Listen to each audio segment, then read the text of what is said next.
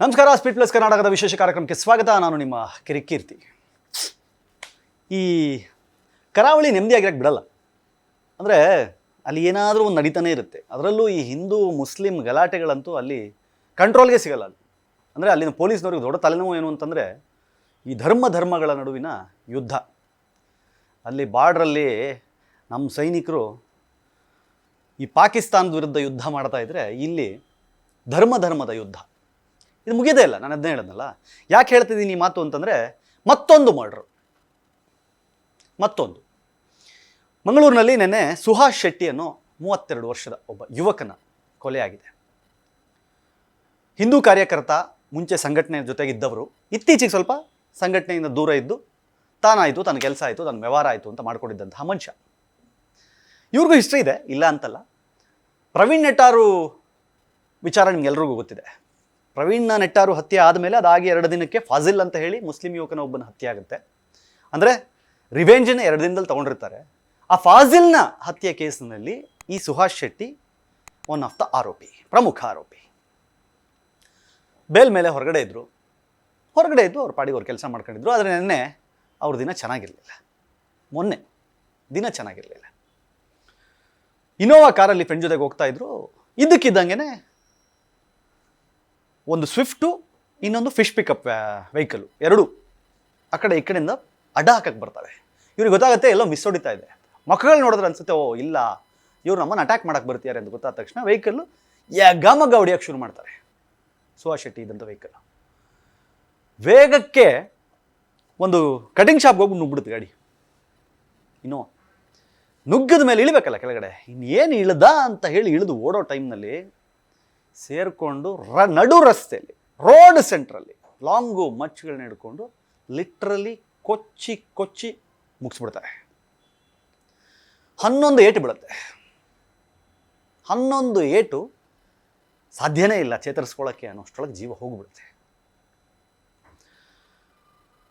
ಮಂಗಳೂರನ್ನು ಎಷ್ಟು ತಣ್ಣಗಿಡಬೇಕು ಅಂತ ಪ್ರಯತ್ನ ಪಟ್ಟರು. ಮಂಗಳೂರು ಅಂತಲ್ಲ, ಸೂರತ್ಕಲ್ಲು, ಆಮೇಲೆ ಆ ಸುತ್ತಮುತ್ತ ಏನೇನಿದ್ದಾವೆ ಅಂದರೆ ಮಂಗಳೂರು ಸುತ್ತಮುತ್ತ ಪುತ್ತೂರು, ಸೂರತ್ಕಲ್ಲು, ಆ ಪ್ರಾಂತ್ಯದಲ್ಲಿ ಏನಿದೆ ಅಲ್ಲಿ ಅವಾಗ ಏನಾದರೂ ನಡೀತಾನೆ ಇರುತ್ತೆ.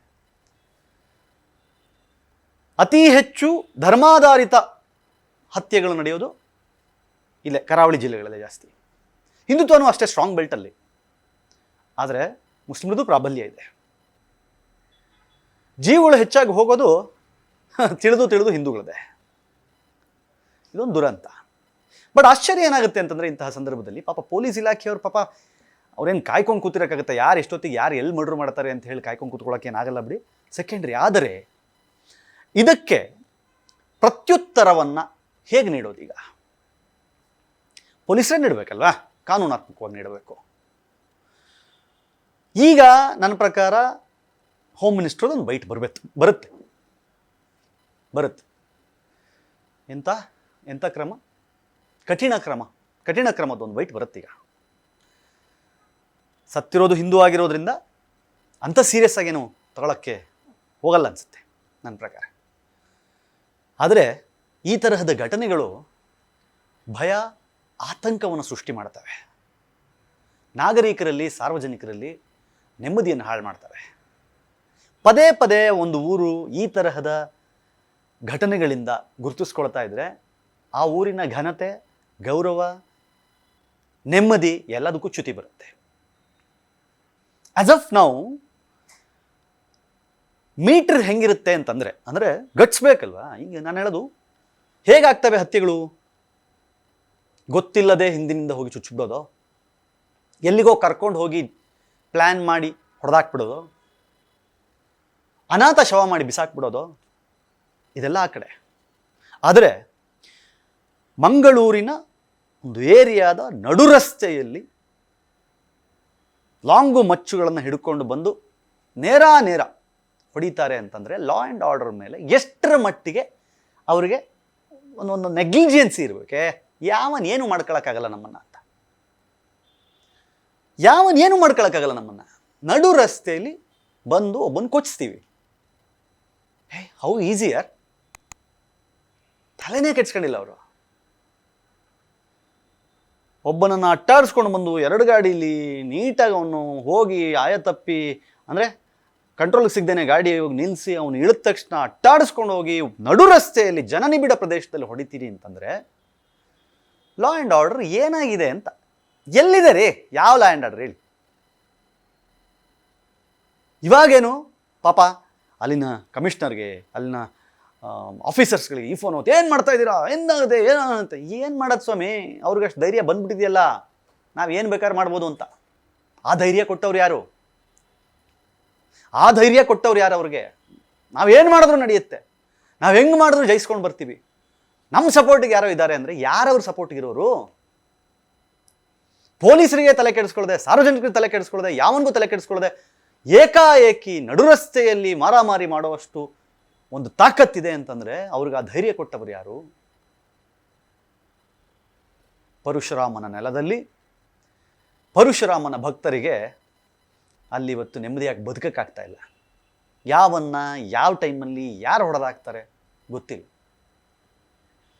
ಈ ತರಹದ ಮಂಗಳೂರು ನಮಗೆ ಬೇಕಾಗಿಲ್ಲ. ಅಲ್ಲಿ ನೆಮ್ಮದಿ ನಿಲ್ಲಿಸಬೇಕು, ಶಾಂತಿ ನೆಲೆಸಬೇಕು ಅಂತಂದರೆ ಒಂದಿಷ್ಟು ಶಿಸ್ತು ಕ್ರಮಗಳನ್ನು ಅಟ್ಲೀಸ್ಟ್ ಈ ಕೇಸಲ್ಲಿ ಮಾಡಬೇಕು. ಏನು ಮಾಡಬೇಕು? ನೀವು ಅವನು ಸೈಲೆಂಟಾಗಿ ಎಲ್ಲ ಹಿಡಿದ್ಬಿಟ್ಟು ಯಾವನ್ನೋ ಹಿಡಿದಿದ್ದೀವಿ, ಕೋರ್ಟಿಗೆ ಕೊಟ್ಟಿದ್ದೀವಿ, ಜೈಲಿಗೆ ಹಾಕಿದ್ದೀವಿ. ನಡು ರಸ್ತೆಯಲ್ಲಿ ಮೆರವಣಿಗೆ ಮಾಡ್ಕೊಂಡು ಕರ್ಕೊಂಡು ಹೋಗ್ಬೇಕು. ಯಾವ ನಡು ರಸ್ತೆಯಲ್ಲಿ ಅವ್ರು ಕೊಚ್ಚಿದ್ರೋ ಅದೇ ನಡು ರಸ್ತೆಯಲ್ಲಿ ಅಂಡರ್ವೇರಲ್ಲಿ ನಿಲ್ಲಿಸಿ ಅದೇ ಪಿಕಪ್ ಜೀಪಿಗೆ ಇವ್ರುಗಳ ಕೈಗೆ ಕೋಳ ಹಾಕಿ ರಸ್ತೆಯಲ್ಲಿ ಅಟ್ಟಾಡಿಸ್ಕೊಂಡು ಇವ್ರನ್ನ ಸ್ಟೇಷನ್ಗೆ ಕರ್ಕೊಂಡ್ಬರ್ಬೇಕು. ಅವಾಗ ಅನ್ಸುತ್ತೆ ಜನಗಳಿಗೆ ಪೊಲೀಸ್ ಮೇಲೆ ನಂಬಿಕೆ ಬರುತ್ತೆ. ಲಾ ಆ್ಯಂಡ್ ಆರ್ಡರ್, ಹೌದಪ್ಪ, ಗೃಹ ಇಲಾಖೆ ಕೆಲಸ ಮಾಡ್ತಾ ಇದೆ, ನಾವು ನೆಮ್ಮದಿಯಾಗಿರ್ಬೋದು. ಯಾವನೋ ಇನ್ನೊಬ್ಬ ಮಾಡಬೇಕು ಅಂದ್ಕೊಂಡಂಗೆ ಅನ್ಸುತ್ತೆ, ಇಲ್ಲ ಗುರು ಸ್ಟ್ರಿಕ್ಟ್ ಇದ್ದಾರೆ, ನಾಳೆ ಇಲ್ಲ ಅಂತಂದ್ರೆ ನಾನು ಹಿಂಗೆ ಮೆರವಣಿಗೆಯಲ್ಲಿ ಹೋಗ್ಬೇಕಾಗತ್ತೆ ಅಂಡರ್ವೇರಲ್ಲಿ ಒಂದು ಭಯ ಇರುತ್ತೆ.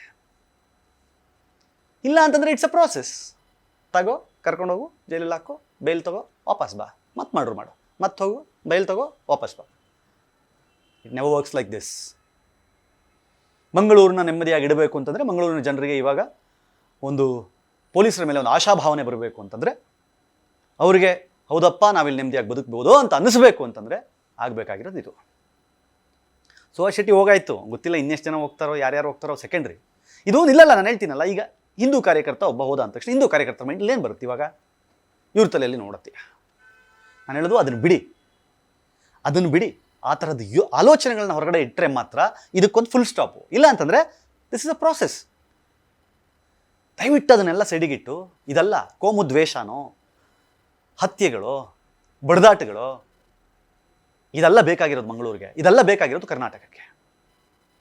ಇದನ್ನು ಇಲ್ಲಿಗೆ ನಿಲ್ಲಿಸಬೇಕು ಅಂತಂದರೆ ಮತ್ಯಾವುದೋ ಕೆಟ್ಟ ತೀರ್ಮಾನಗಳನ್ನು, ನಿರ್ಧಾರಗಳನ್ನು ತಗೋಬಾರ್ದು ಅಂತಂದರೆ ಪೊಲೀಸ್ ಇಲಾಖೆ ಅಲರ್ಟ್ ಆಗಬೇಕು. ಅಲರ್ಟ್ ಆಗೋದು ಅಂತಂದರೆ ಹಂಗೆಂಗಲ್ಲ, ಹೆಡೆಮುರಿ ಕಟ್ಟಬೇಕು. ನಡು ರಸ್ತೆಯಲ್ಲಿ ಹೆಡೆಮುರಿ ಕಟ್ಟಬೇಕು. ಆವಾಗ ಮಾತ್ರ ಇದಕ್ಕೆ ಪರಿಹಾರ ಸಿಗುತ್ತೆ. ಆವಾಗ ಮಾತ್ರ ಸುಹಾಸ್ ಶೆಟ್ಟಿ ಸಾವಿಗೆ ಶಾಂತಿ ಸಿಗುತ್ತೆ. ನೋಡ್ತಾ ಇರಿ ಸ್ಪೀಡ್ ಪ್ಲಸ್ ಕರ್ನಾಟಕ. ಇದು ನಿಮ್ಮಿಂದ ನಿಮಗಾಗಿ, ನಿಮಗೋಸ್ಕರ. ಮತ್ತೆ ಸಿಗ್ತೀನಿ. ನಮಸ್ಕಾರ. Speed plus Karnataka.